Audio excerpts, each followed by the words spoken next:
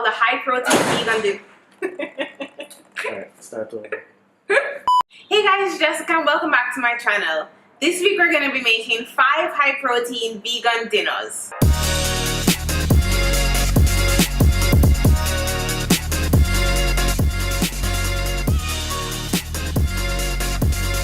So I asked you guys, what do you want to see here on my channel? And you guys said that you wanted to see more high protein vegan dinners. So here they are for you. These recipes are actually a combination of some more Rita favorites over on our blog, Jessica in the Kitchen. And they're all really filling, meal preppable, easy to make, high protein of course, and freezer friendly. If you guys want to cut the recipe in half because you're making less, or if you want to double it because you're making more for like meal prep, you can do that with all of these recipes because they're really versatile as well. Okay, let's get into all of the recipes so that you can see how they're all made and you can get to eating. Okay guys, so the first recipe is a red lentil curry. It's one pot, super easy to make, and it has 10.3 grams of protein in it. So first we're just going to heat some oil in a pan, and then we're going to add in some chopped onions just to saute that down. Then we're also going to add in some fresh tomatoes, or you can use canned tomatoes as well. And to that we're just going to add some sea salt and some black pepper. And we're going to let that mix down until the natural juices of the tomato are released. So after about 8 minutes, you're going to add in some garlic, some minced ginger, some garam masala, which is one of my favorite spices, some curry powder, and I use a Jamaican curry powder, but you can use any Indian curry powder, some red curry paste, and make sure it's vegan guys, some cumin, and then you're just going to stir that all together. And then I'll include the link down below for my red curry paste. And then you're also going to add in some red lentils. You want to make sure that they're dry and you've rinsed them off. Then you're just going to stir that in. Then you're just going to add in a lot of water. You're going to add in some coconut milk here as well. And then you're just going to stir all of this together to combine it thoroughly. So you're just going to bring that to a boil and then reduce it to a medium-low simmer. And then you're just going to cover it slightly, but because you want the steam to be able to escape, but you also want to be able to cook down and all the flavors are incorporated in one another. After that, I just like to squeeze a lime over the top and stir it all in. And that's your red lentil curry. So guys, like I said, this is so good, freezer friendly, such a great weeknight meal as well, and lots of protein. Okay, so the next recipe is going to be a vegan meatloaf, and you don't have to just make a meatloaf during Thanksgiving. You can make it all year round. It is loaded with protein. It has 17 grams of protein per serving, and it's really easy to make and freeze as well. Okay, so the first thing that we're going to do is add some coconut oil into a pan, and then you're going to add in some garlic. You're also going to add in some red onion and some celery. And these really contribute to the flavor of the meatloaf. And then you're just going to saute these down until the onions are translucent and the celery has been softened. Then you're just going to grab yourself a large bowl. You're going to add in this mixture into it.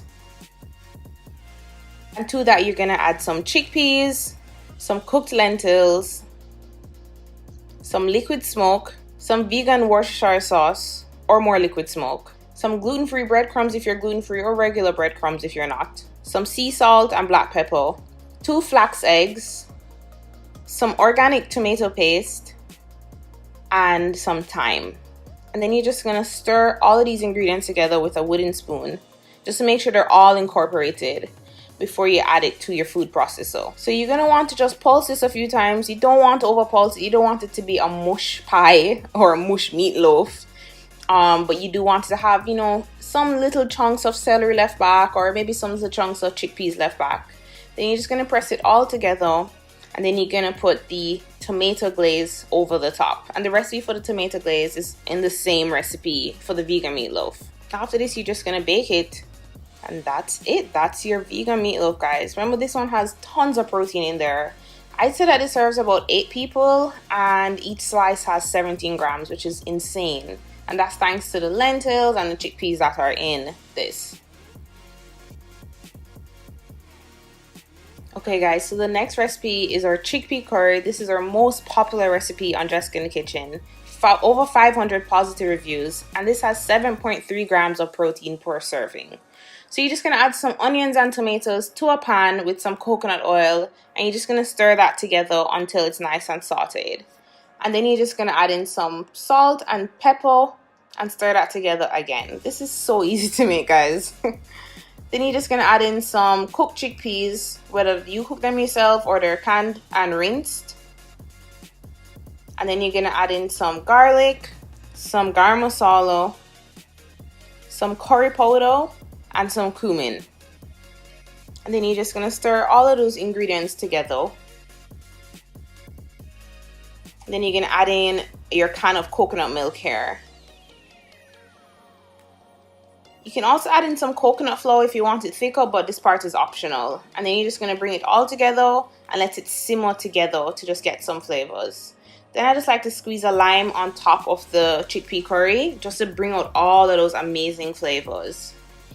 And that's it. Then you can serve it with some rice if you want, some naan bread if you want. But this is, guys, this is our most popular recipe, and for good reason as well. Okay, guys, our vegan crock pot chili is next. I love this on a cold or a rainy night, and this has 11.1 grams of protein per serving. So the first thing you're gonna do is just add in your veggie broth first. And to that, you're gonna add in some dry quinoa, dry meaning uncooked quinoa. Then you're also going to add in some black beans, some tomatoes, and you can use canned tomatoes here if you want to make it easier. And then you're just going to stir those ingredients together. Then you're going to add in some peppers, and I like to use both red and green peppers here. Some shredded carrot, some chopped onion, and some minced garlic. Some corn, half of a small chili pepper, which I like to add in. You're also going to add in some chili powder, and then some cayenne, some ground cumin, and some oregano as well. I know it's a lot of ingredients, but it just all goes in, then it just cooks away. So you're going to add in some sea salt and some black pepper here as well, and then just stir everything together. And that's what I love about this recipe. You just throw everything into the crock pot and that's it. You don't even have to think about it after that. And then you just put the lid on and you just let it cook on high or on low, depending on how long or how short you want to cook it for. And then that's it, guys. You can stir it one more time and then just serve it like you would any chili. I like to add some, different toppings on top.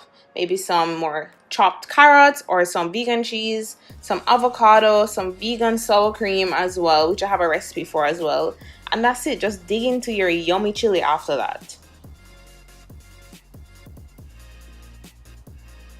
Okay, guys, our last recipe for this video is this really filling, really warming lentil soup, and it has 9.4 grams of protein per serving. Super delicious and so easy to make as well.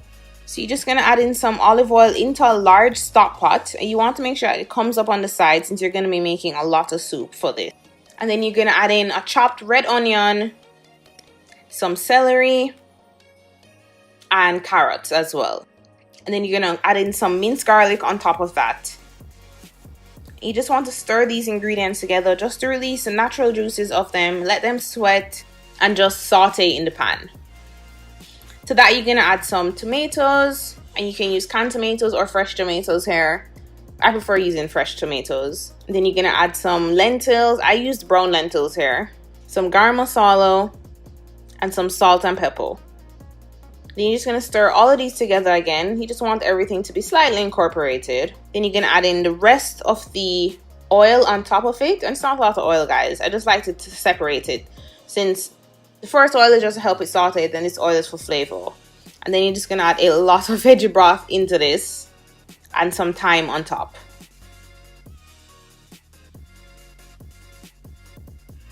After that, I just like to bring it to a boil and then I let it simmer for about 30 minutes until the lentils are fully cooked. Then what I like to do after that is to just remove some of the soup. You just want to scoop out some of the soup. You're gonna blend this up, and I like to call this liquid gold, but this just adds way more flavor. It makes the soup thicker as well by using just the same ingredients and putting it back into the soup. Look how creamy and beautiful that looks. And then you're just gonna stir all of that together. And then after that, I like to add in some kale. After that, I like to add in some kale, and then I just like to squeeze a lime over or put some lime juice in and stir to combine. As you can see, guys, I love adding some lime juice to ingredients because it just helps to bring out the flavors in it. And then I just plate it. I like to add maybe some like red pepper flakes on top or some za'atar, serve it with some bread, however you want to do it. And that's just a nice, rich and thick and creamy soup. And that's it for the recipe, guys. So guys, that's it. These are all the high protein vegan dinners. Which one was your favorite? Please let me know in the comment section below. If you guys want the full recipes for all of these, I'm going to leave the link to them in the description bar below so that you can get the full instructions, full ingredients, and even more tips over on my blog, Jessica in the Kitchen, for all of these recipes. If you like the recipe, please give it a thumbs up and please subscribe because I'm going to be making a new video every single week here on my channel. Thanks so much, guys, and I'll see you in my next video. Bye!